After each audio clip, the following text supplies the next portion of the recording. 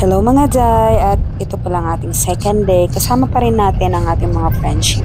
At papunta po kami sa Pampanga. At ang ating way ngayon ay sa Pampanga, Angeles. Kasi nandun si Sam na dadayuhin namin. Kasi hindi na siya may lakad siya kahapon.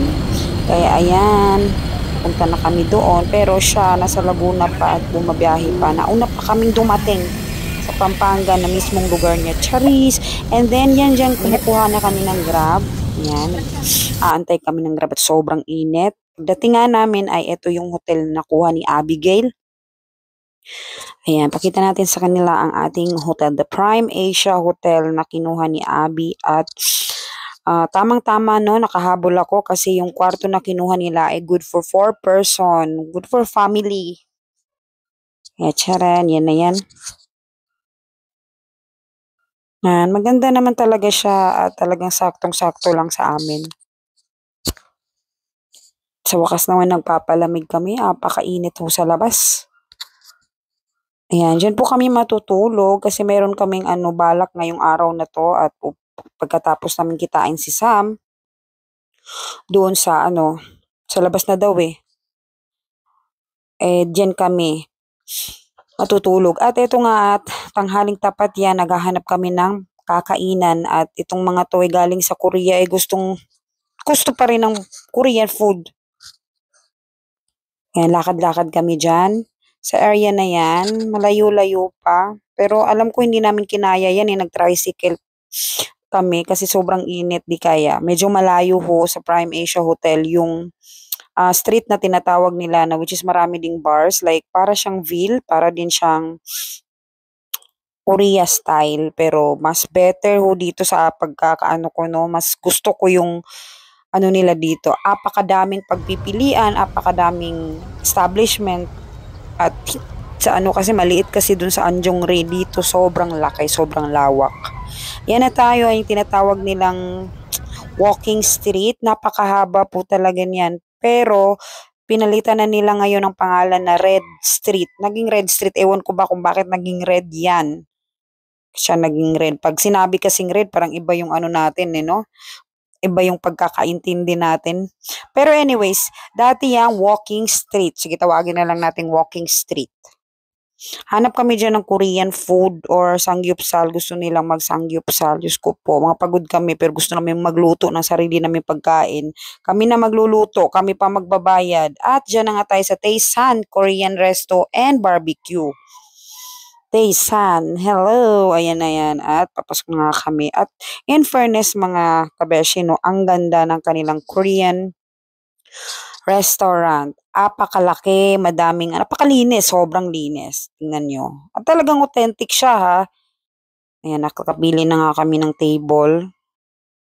Yan, pakita ko sa inyo, ang ganda niya. Ang laki niya. At napaka-accommodating naman talaga ng mga staff nila. At magaganda pa, Charis. Pasip-sip.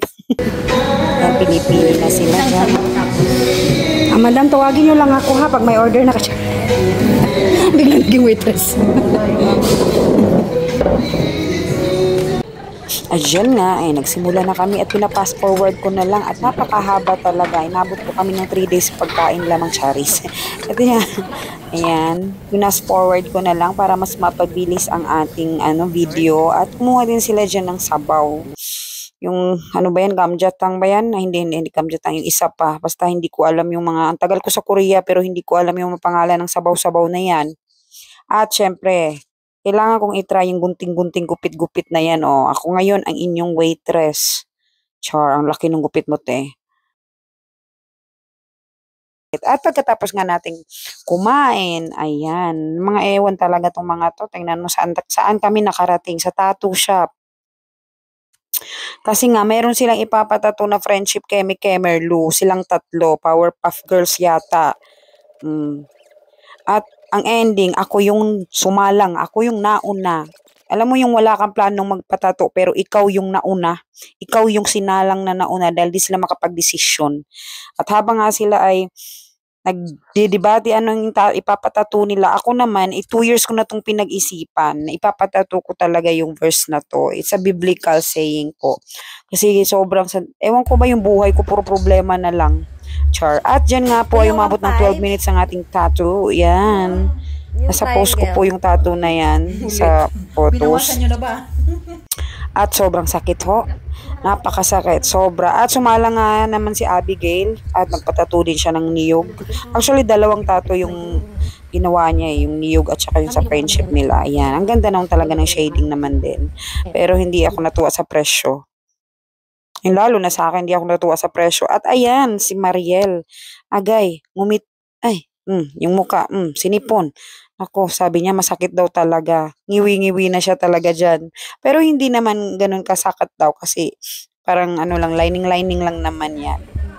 Tsaka ang bibilis lang natapos nung sa kanila kahit may kulay yan. Yung sa akin, 12 minutes, matagal na rin sa akin yung 12 minutes. Ang sakit, sobrang sakit, napakadiin. Tawa ka na dyan. Napakadiin ni kuya maggawa ng tattoo niya. Ang sakit talaga pero worth it naman kahit papano. Siguro sinusure lang niya hindi mag-fade o di kaya lalabas yung tinta. At yan si Sofia din. Isa lang yung design ng kanilang tattoo. Ayan, heart. Tapos may pangalan sa bawat heart. Pangalan nilang tatlo. Kasi talaga magpe-friendship na yung mga babaitan na yan. At after nyan, Baka may nakalimutan yun. yan, ready na kami. Nakapag-makeup na ang lahat.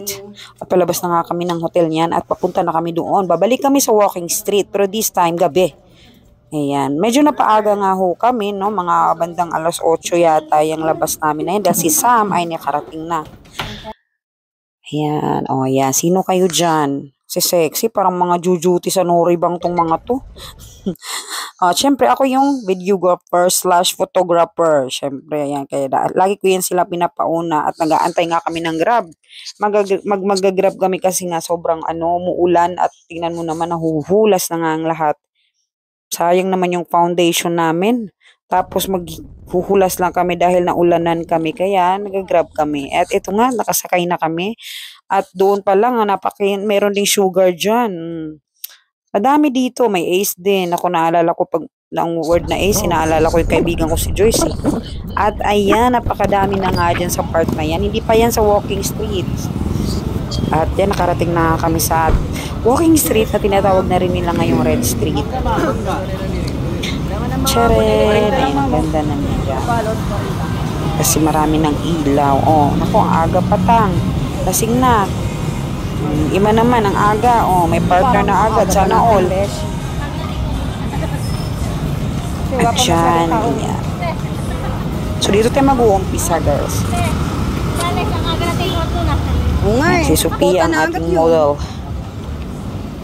Napakadami ho talagang bars, clubs. Pero ang most na madami dito yung clubs, talagang gaganda ng mga club yung lalaki. Yan, ganyan yung tsura niya. Mas malaki siya sa Ville kasi. Yung Ville kasi natin dyan sa Korea, iba. Madami siyang street. Siguro 3 street ang Ville dyan sa Korea, diba? Eto naman siya, isang street lang siya pero napakahaba. At wala talagang napakadaming bars talaga. At hindi lang siya yung bars na talagang feel ko talaga kumikita yung mga bars dito. Kaya na nga, dumating na ang ating inaantay at ating dinayo dito sa Pampanga na si Sam. Nagaling pa yung Laguna kaya huli siya nakarating. At yan nga, panalong-panalo tayo dyan sa slit niya. At naghanap nga kami kung saan nga kami unang pumunta. Nakarating nga kami sa unang bar na nag-chill-chill lang na para din siyang Blue Opera ng Songtan. Hindi na ako nakakuha ng video at hindi ko alam kung saan napunta yung at pumunta nga kami dito video ko kasi naghanap kami ng may banda o di kaya may acoustic kasi Thursday yan at gusto ko ding magbilyar, na-miss ko talagang mag-pool kaya ayan si ate go talo naman yan nung huli 8 ball scratch yan kasi nagmamadali na rin ako tapos inaaway pa ako ng asawa ko di wag nang magtagal dyan at ako imberna na din kaya hindi ko na din na focus at kaya naman sanang ipalalo pero at imberna may bantay lagi at ayan parating nga kami sa parang ewan ba yun Korean bar siya at At napakanta pa nga ang mga beshiwap ko.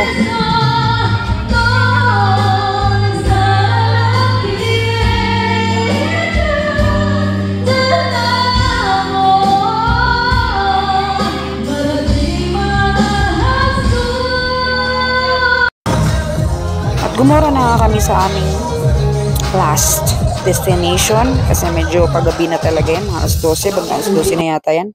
Diyan talaga kami nagtagal at napakasaya naman talaga kasi dyan. Aga-aga pa kaming pumunta dyan, kaya yan. Masaya dyan kasi disco lang talaga gustong sumayaw ng mga beshiwap ko. Ayan, hala, nagtuturuan na sila kung sinong sasayaw at nagpa-picture kami sa mga waitress dyan. Waiter pala. Wala akong waitress na nakita, puro mga waiter eh. Kaya ayan, tingnan nyo si Mariel. Goran.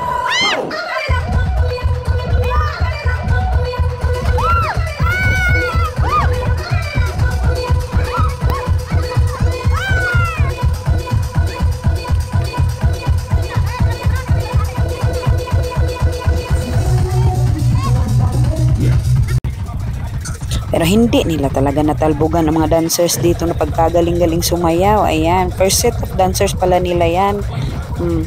Yan, sayaw lang sila ng ganyan ng sayaw. Yan, pak, pak, pak. Ano yung sayaw na yan? On the spot. Walang practice. At syempre, ang kanilang DJ na pagkaganda-ganda. Palitan pala yung DJ nila dyan. Every hour yata nagpapalit ng DJ. Kaya ayan, nag-iisang babaeng DJ yan. Bakit? Ganda niya. Nagagandahan ako sa kanya kahit malayo. At ito naman si ate, sumisimple. Ayan, umaharapos na natig 1,000. Sana all. Sayaw-sayaw lang yan siya dyan, pero naka 5,000 agad siya. Isang step pa lang yung ginawa niya. At ito din siya, napakaganda din itong babae na to. Para siyang Thailander. At hindi din siya pahuli. Syempre, harabas din siya ng pera, ayan. Ang galing naman talaga nila, no? At syempre, napagod na kami. Kaya basta ako may tukuamin. Tipin ako ng toko at baboy dyan. Everybody! Asan yung isa? Ayun na. Everybody, let's go! Mga alobat na yung mga yan.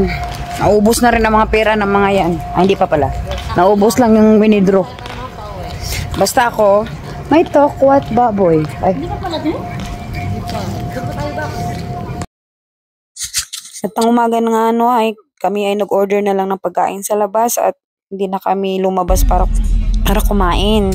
At mahal nga sa labas at yan na nga ay umuwi na ako.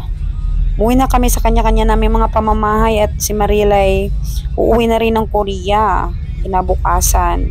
Kaya sobrang ipit-ipit ako sa traffic jet, guys. Thank you so much for watching. Sa susunod na mga vlog, sana po makapanood kayo. Sobrang pagod na ng auntie girl nyo. Pero masayang masaya ako. Maraming salamat. At kasama ko kayo. Bye!